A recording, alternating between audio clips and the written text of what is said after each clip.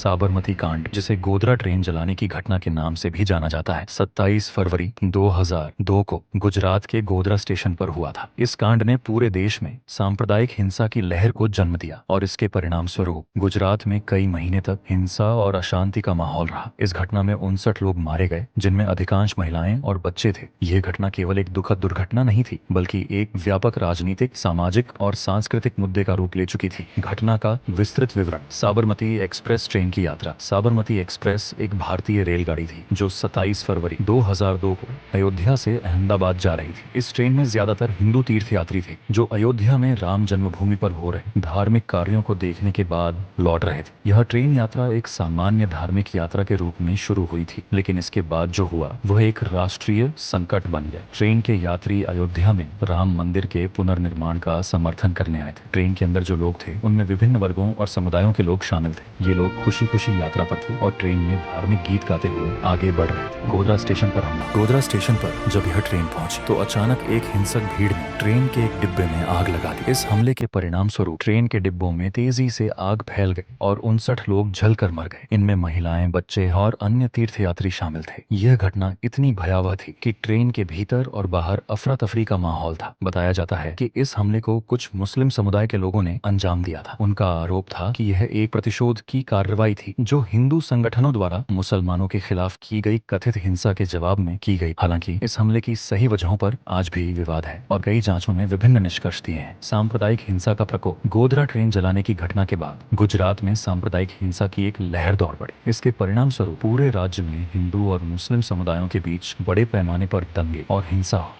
अहमदाबाद, बड़ौदा और अन्य प्रमुख शहरों में मुस्लिमों के घरों, दुकानों और मस्जिदों को निशाना बनाया गया। हिंसा इतनी बढ़ गई कि कई दिनों तक राज्य में कर्फ्यू लगाना पड़ा। हिंदू और मुस्लिम दोनों समुदायों के बीच भयंकर झड़पें हुई, जिसमें सैकड़ों लोग मारे गए। पुलिस और सुरक्षा बलों की कार्रवाई पर सवाल उठाए गए, क्योंकि कई लोग मानते थे कि सरकार ने हिंसा को बढ़ावा दिया या इसे रोकने में असफल रही। राजनीतिक और सामाजिक असर। साबरमती कांड ने गुजरात की राजनीति में भी एक गहरा प्रभाव डाला। ये घटना मुख्यमंत्री नरेंद्र मोदी की सरकार के लिए एक परीक्षण बन गई। सरकार पर यह आरोप लगे कि उसने हिंसा के दौरान मुस्लिम समुदाय की सुरक्षा को लेकर पर्याप्त कदम नहीं उठाए। इसके बाद राष्ट्रीय और अंतर्राष्ट्रीय स्तर पर भारी आलोचना हुई, लेकिन कुछ लोगों का कहना था कि यह हिंसा राज्य सरकार द्वारा अप्रत्यक्ष रूप से प्रोत्साहित की गई थी। दूसरी ओर कई राजनीतिक दलों ने इस घटना को एक सोची समझी साजिश के रूप में देखा। उनके अनुसार गोधरा कांड को एक बड़े राजनीतिक लक्ष्य के लिए अंजाम दिया गया था। कुछ ने इसे हिंदू धर्म के खिलाफ एक साजिश बताया, जबकि कुछ ने इसे हिंदू समुदाय के खिलाफ मुस्लिम समुदाय की प्रतिक्रिया मानी। गोधरा कांड की घटना के बाद